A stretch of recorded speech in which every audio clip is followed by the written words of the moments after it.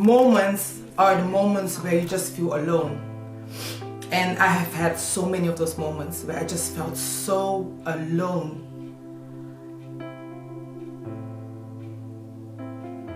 And that's where I come from. My testimony, that's my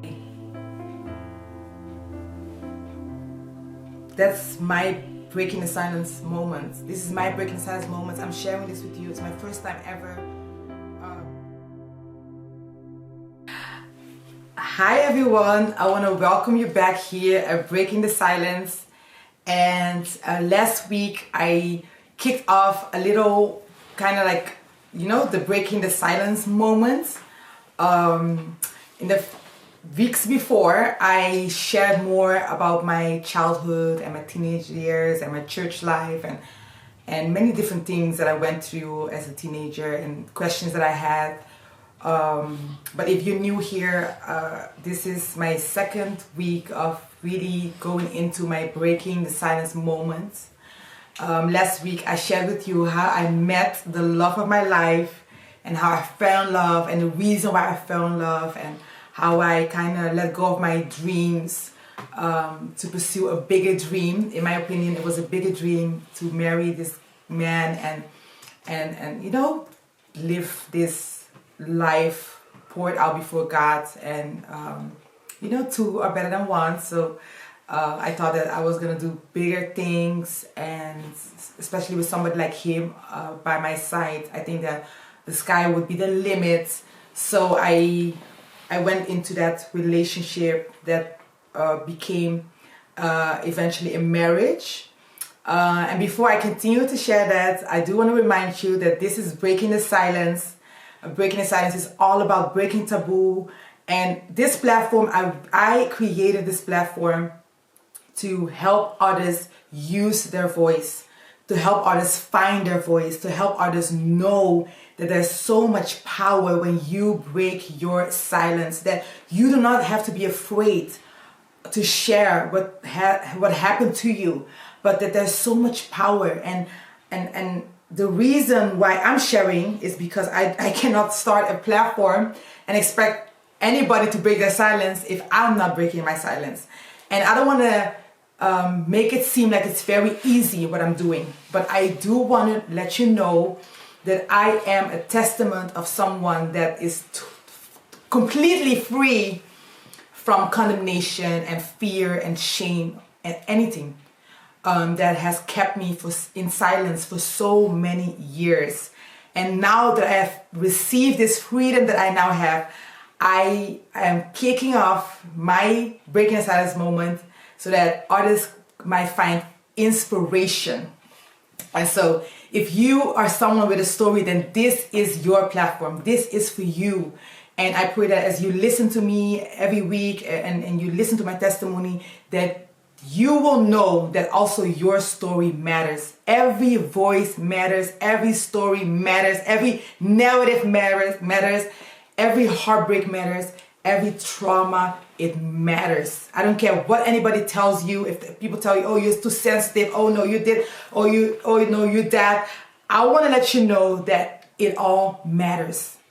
And if you do not break your silence, it doesn't matter. But when you break the silence, then it will matter. And the reason why I say that is because the last couple of weeks I've been going on to schools and giving my testimony, giving workshops, and I see it with my own eyes. When I break my silence, other people start breaking their silence. And before I continue on, I want to share something with you that happened a few weeks ago.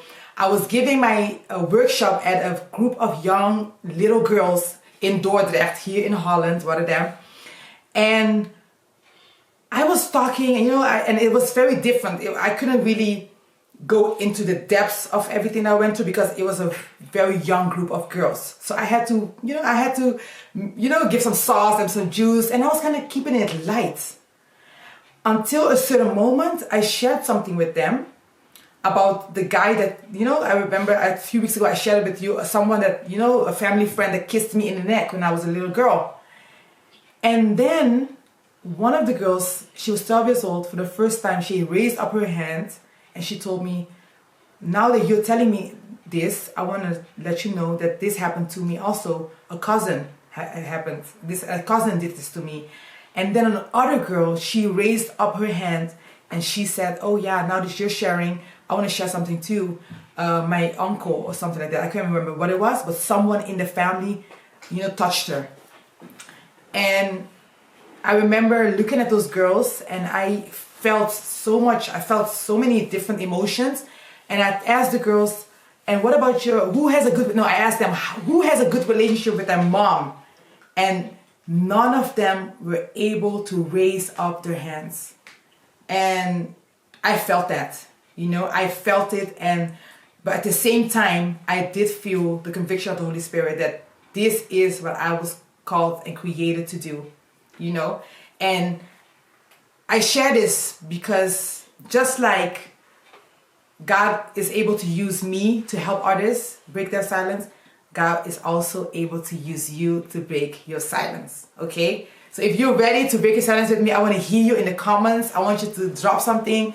I want you to send me a DM. I really want to connect with you because I think that we need each other. We need each other. We need to build a solid, safe place where it becomes so normal to break the silence. And so, yeah, I want to continue on to share my story with you.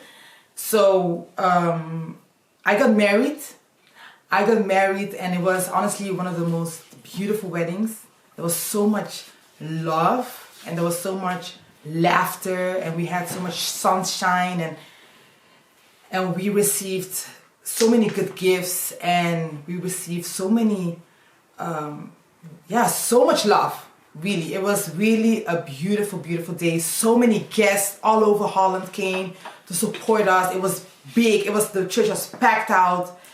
And, we had people singing for us. We had a beautiful band. There was dancing.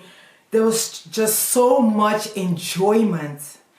And really, it looked like, honestly, the way that I would describe it was this innocent girl marrying this guy that God's giving him. I felt like God was giving him a second chance, because he, like looking at the facts, to be able to marry a girl that was so innocent. Yeah, that was kind of like, a second chance. And I remember we talked about that and that's how we looked at it. And that's how we went into that marriage. But after 6 months, I think after 6 months, I started to see, I don't want to say see things, but after 6 months, I remember one night waking up in the middle of the night and remembering that my husband was not there. And so when I got married, I moved into a recovery home where he was the leader, and there was 30 other men living out there, and we were the leadership of that house, and we would direct the house, and we would, really be the leadership of it. And it was very exciting. We would cook for them, and I loved my role as a wife, as the wife of a minister. I kind of, honestly, I believed that I was called for that.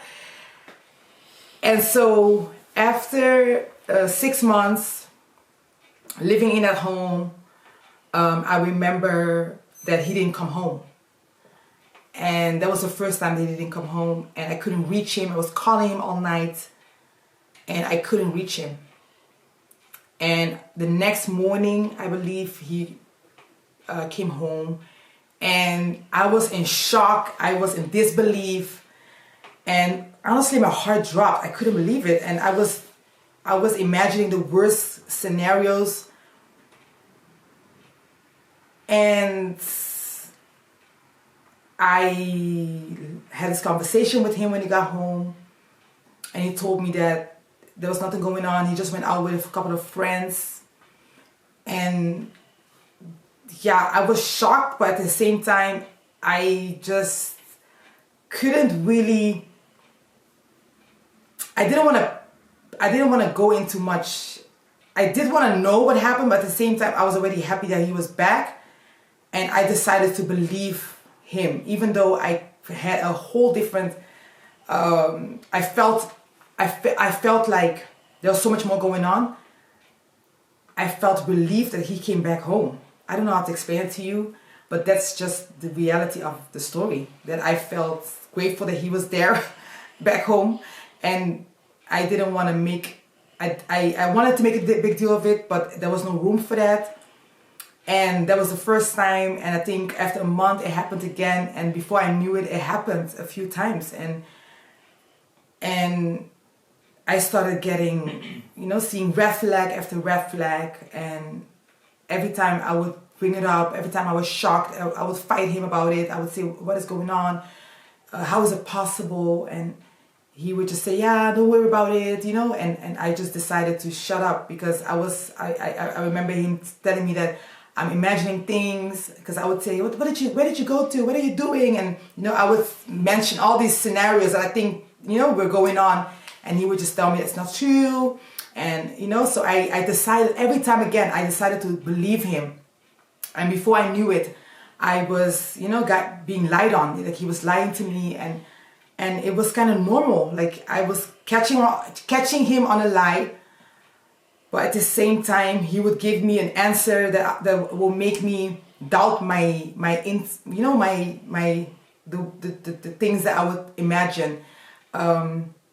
And remember, I was very young too, and every time I would tell him or ask him to talk about it with somebody, tell our leadership, he would say, no, if you're gonna tell our leadership, you're gonna lose this position, you're gonna lose this house, what about you? And it's not gonna be good for you if we, they're gonna think the worst of me.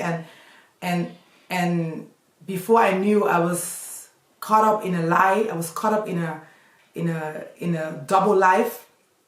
I remember feeling so imprisoned in my life. And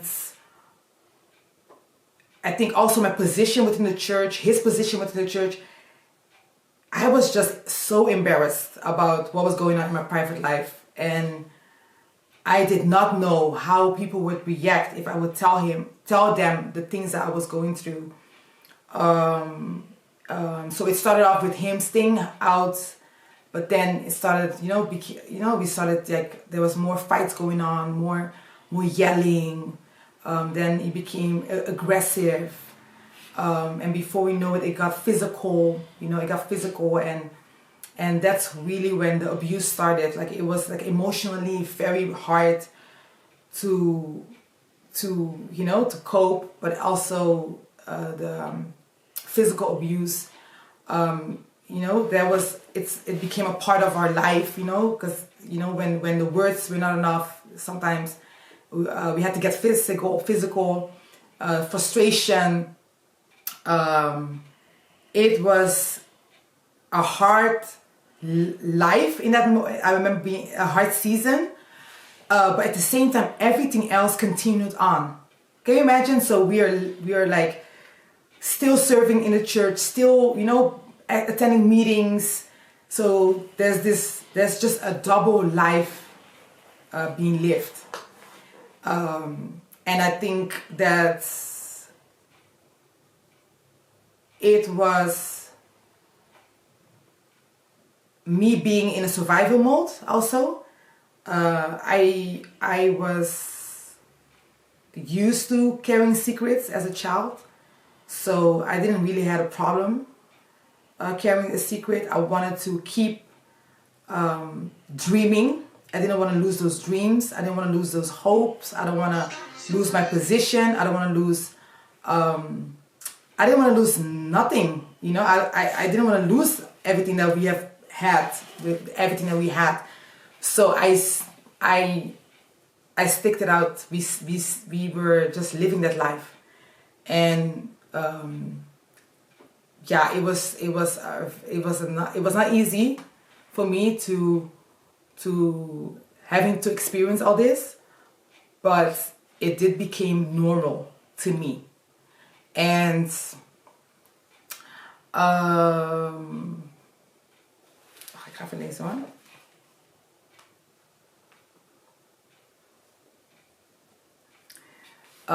Something that I remembered, something that I want to bring up is that I was being gaslighted. So every time I would say this is not normal. So every time I would share my concerns, I was being gaslighted. You know, I was told that I was crazy to think those things, that I was imagining things, that I was expecting the worst, that I was negative, that I was a liar, that I was a cheater. Like, I was being told so many different things that I wasn't. But those things started to harm me. Those things started to, I started to believe those things. I started to doubt myself. I started to doubt who I was as a woman, who I was as a wife, who I was as a leader.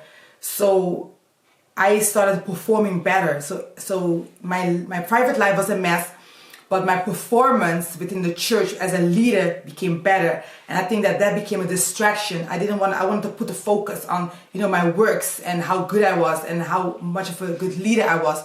So everything, so what I'm trying to explain is that everything, even though I was trying to mask a certain part of my life, there was a different, I want to paint this picture for you so that you can have a clarity on how it was to be in the situation I was in. And so, like I told you before, we are fighting, we're getting physical, we are very toxic, we're not doing well in our marriage. We have some good times and I try to enjoy those. I try to be happy. Every time there's good moments, I would soak it in. But those moments never lasted. They never last long. They were never long enough. But they did satisfy me. And in those moments, he would make promises and, he would tell me he would do better. And I decided every single time again to believe him because I wanted to protect our image, protect our marriage, protect our name, protect what we had, what we've built, our testimony, his testimony. I wanted to protect him. I felt my sense of responsibility. If you know me, I'm like I told you before, I'm the oldest one of 5.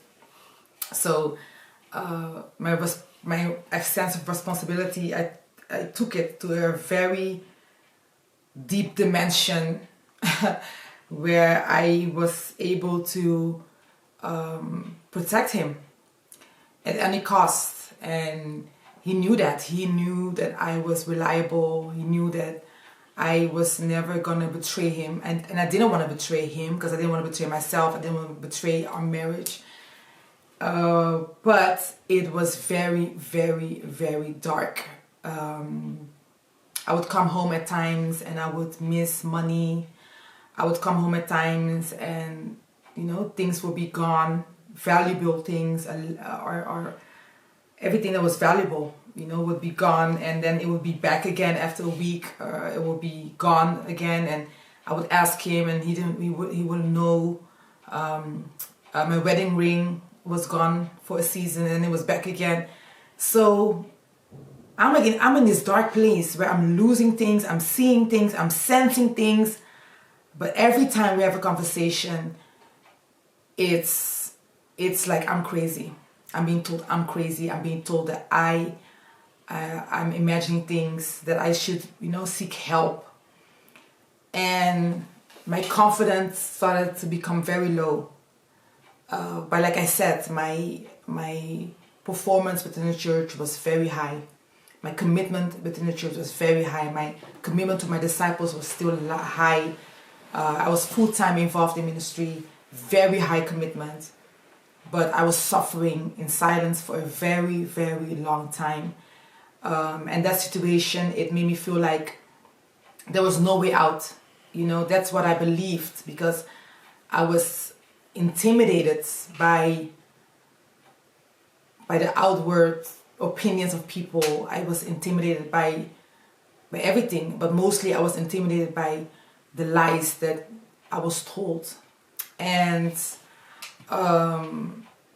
we would go on family vacations, and we would visit his family and my family in those times in the beginning years. You know, nobody would know. I think nobody would know, because we were so good. I was so good at putting up a front, protecting our image at any cost.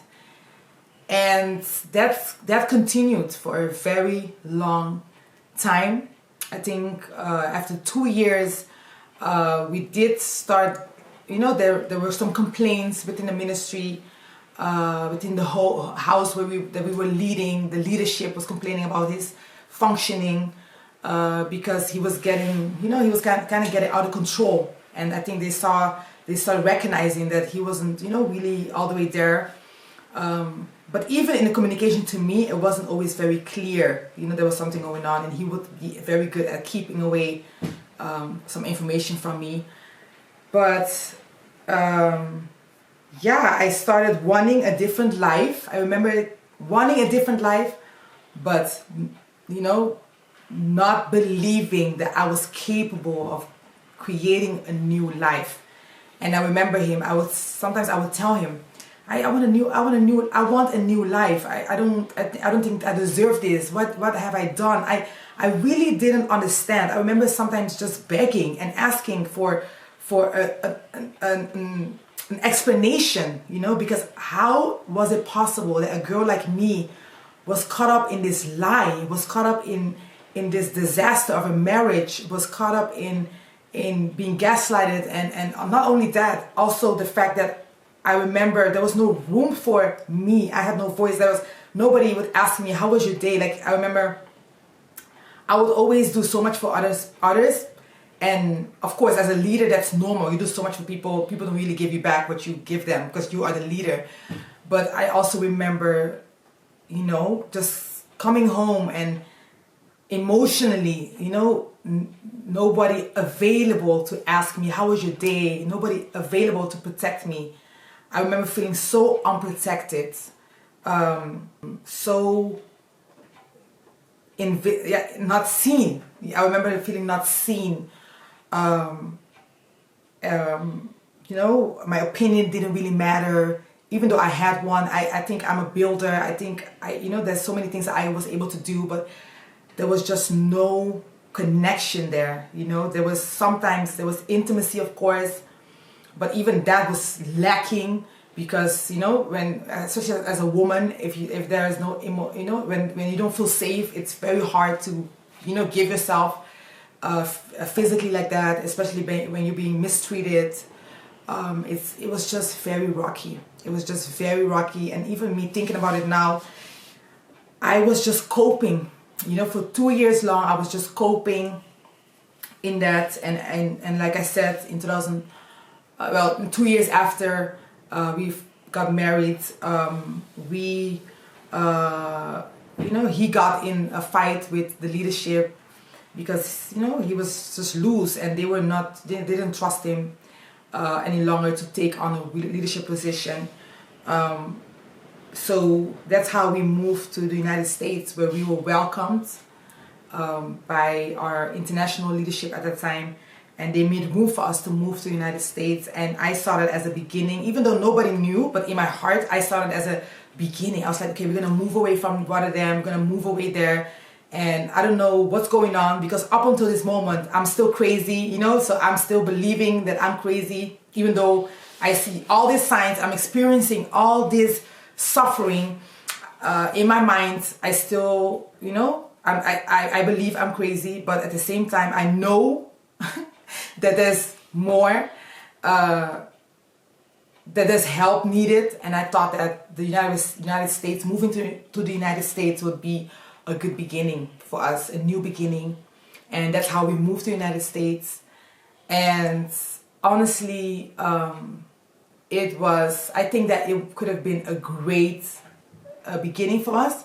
But I remember even there, I remember maybe in the first month or something like that, I still didn't, you know, trust him like that. And I still saw him making moves on me and lying to me. And I remember that, you know. So even though we were far away from, you know, Rotterdam,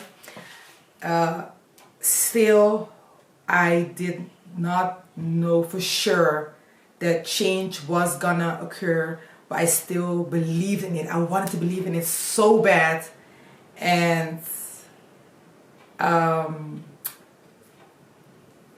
we moved to the United States. We moved there, we lived there, in the same concept again, full-time ministry, under great leadership, great church, great atmosphere, honestly. Because even in Rotterdam, like he would use a church as an excuse, and he would say, oh yeah, I'm not functioning here because of that. There was so many excuses, which I kind of maybe wanted to understand. But in the United States, it was just such an amazing environment, such an amazing church, so healthy. Actually, it was just so much room for us to flourish, and we were given that trust. We were given that trust to continue on building ministry. Because I don't think he never admitted that he had a problem, you know. He just said that he had some character flaws that he wanted to work on, and they accepted us over there in the church, and we took on different responsibilities, and we started living out our lives in the United States, and the suffering continued. The physical fights continued, the abuse continued, nothing really changed. That's just location change, and I was far away from my family. So I think it was even easier to mask away the things that were going on in my life, you know, and how actually you are isolated from your family. I think we would come back every 6 months or so to Holland, and I would see my family. But our life was there in the United States, and we lived there. We did our thing, but it was still the same. And after 2 years, we moved back to Holland, Amsterdam. And we lived together in a ministry home with other ministers at the time. We became part of a team. We transitioned back here in our own nation. And in 2019, God spoke to me, and He told me that I had to break my silence. So now I'm already like so many years married. I'm so many years in this marriage. I've been married for so many years, and God spoke to me. He told me, Queen, it's time to break the silence. I was at a Phil Thompson concert, and he was singing that song, I Will Not Be Silent, I Will Always Worship You. And I remember hearing those words, and I was going through so many different things, guys. You know, I've been drugged, I've been just through the most horrific, I had the most horrific experiences in this marriage. And as a woman, as an innocent woman, it breaks you, it breaks your confidence, it takes away your voice, it takes away everything that you have. And in the meantime, I'm still doing ministry. I'm still doing everything, and nobody still knows. But I remember hearing that voice telling me to break the silence. But I was intimidated, and I just didn't want to do it yet. I told God, I'm not able to do it. And so I changed this breaking the silence command that God gave me into a purity campaign, and I started to reach out to girls in Holland, and started using Breaking the Silence as a campaign to reach out to girls and encourage girls to study more about purity, know more about purity. And I became very successful. I became when I came back to Holland, I had so much influence. I started, taking on the region, started, really helping others to become leaders. I was being promoted. I was getting promotion after promotion within the ministry. But my private life was still a big mess. It was still a big mess.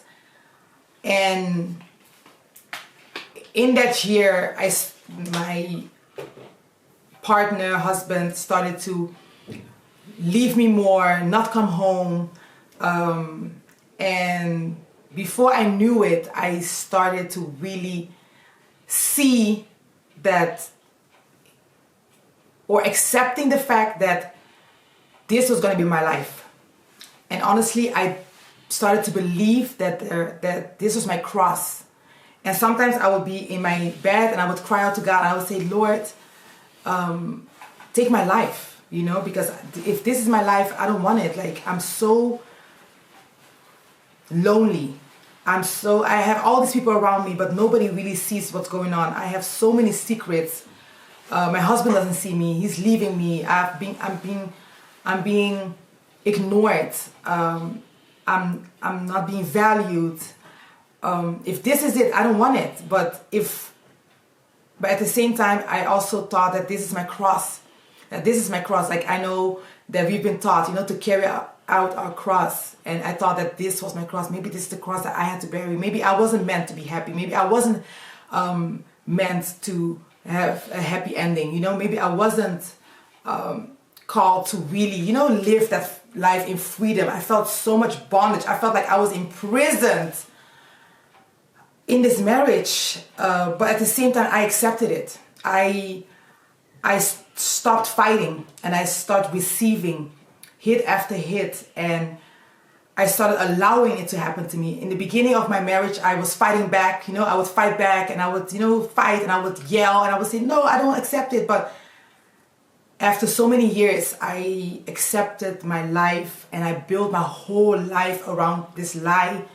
I learned how to cope, you know, I learned how to lie. I learned, you know, that I also started realizing, I remember I would see, you know, when he would leave me again for days, I started, and then people would have questions and I would make up lies for him. I would make up lies for my situation. I would also cancel sometimes I would cancel important appointments because he wasn't there, you know, I couldn't find him, he was unreachable. Sometimes I would wait for him and he wouldn't come home, or sometimes I would wait for him to pick me up somewhere and he wouldn't come. And in this time now, we're living on our own. By the way, we're living in our own apartment in the southeast of Amsterdam, and that's where it really started getting crazy, where he was literally just, I saw him change, and he was already, it was already hard, but it started getting worse and worse and worse. And I was like, what is going on? And every single time again, I would just forgive and, you know, keep on going on. Forgive and keep on going on. And now we are in the summer of 2020, or even the beginning of 2020, that's COVID year. And I think that's the first time that he admitted to me that he was addicted. And so for all these years, he was addicted to cocaine, and eventually he became addicted to heroin. And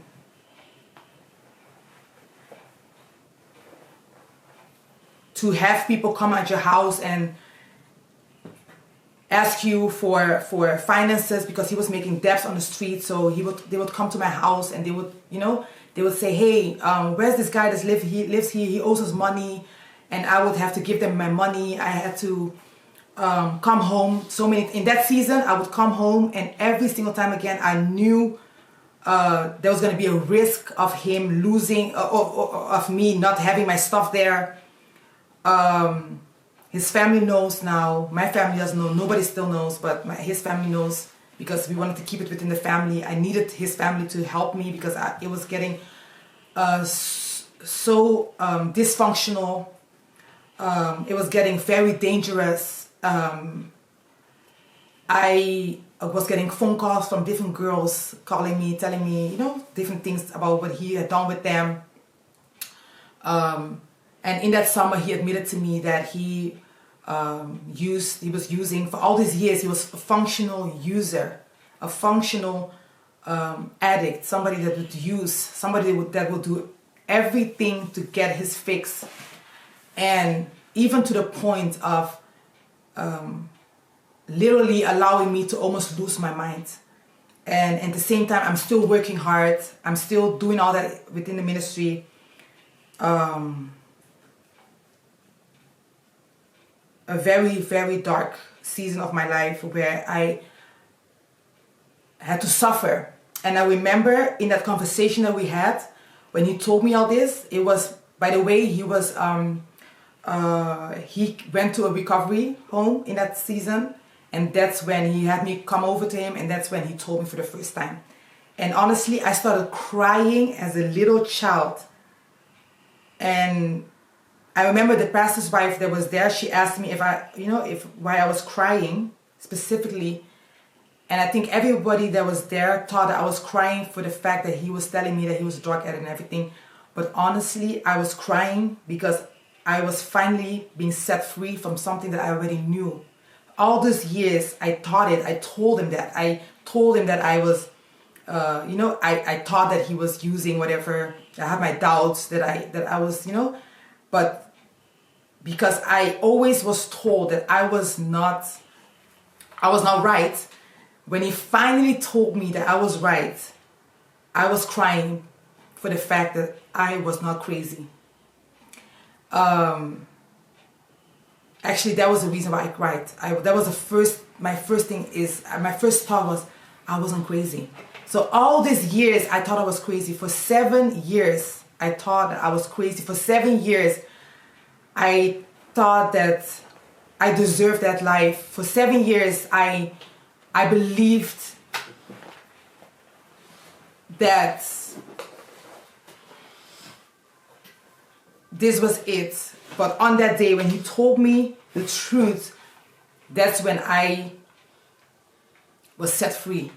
He set me free when he told me that, actually. And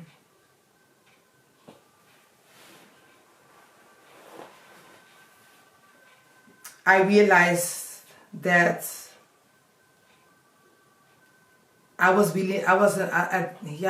love that I thought that he had for me wasn't there, there was no love there. There was more. He couldn't love himself even. Like, how can you love somebody if you don't love yourself? If you're using, there's no way for you to love yourself. And so it was a lot of emotions that came free in that moment.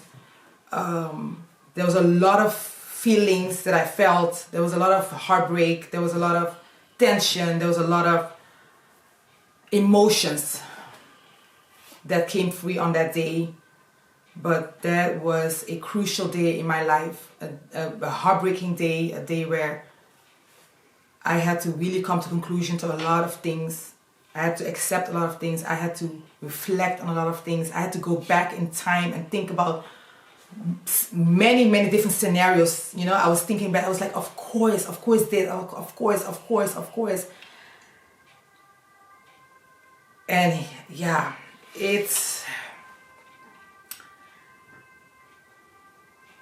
honestly, at this point, I don't even know what to say, what to tell you, but that's what I've been through. That's my testimony. That's my life. That's been 7 hard years, 7 dark years, 7 years of many tears flowing in nights, and many nights where you're not able to sleep, and many nights where you're just thinking about your future. Many dark nights of fear of the future, fear of people's opinion. Feeling unloved, feeling rejected, neglected, especially the fact that I was so neglected for so many years hurt me the most. So many different things that I'm thinking about now, many different feelings that I had that were not being validated. But the most painful experience or painful moments are the moments where you just feel alone. And I have had so many of those moments where I just felt so alone.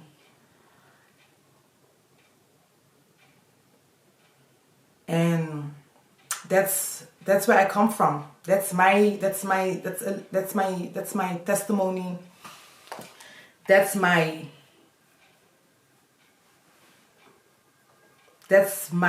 breaking the silence moments. This is my breaking the silence moments. I'm sharing this with you. It's my first time ever sharing so many details of my marriage. Something that I thought was gonna something that I thought was gonna last a lifetime.